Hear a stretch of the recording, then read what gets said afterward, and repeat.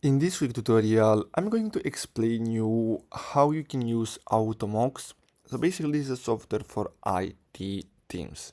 You can automate patching, configuration, and control across your Windows, macOS, and Linux endpoints with a single platform, basically.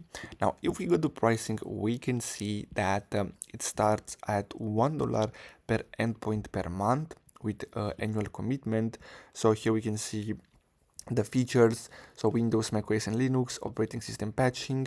Now, also they have this Automate Essential and Enterprises, but for this you're gonna have to talk with sales, so you're gonna have to send them a message and they will reach back to you. So this is how you can get access to more advanced features from this platform. Now here, as you can see, we have a lot of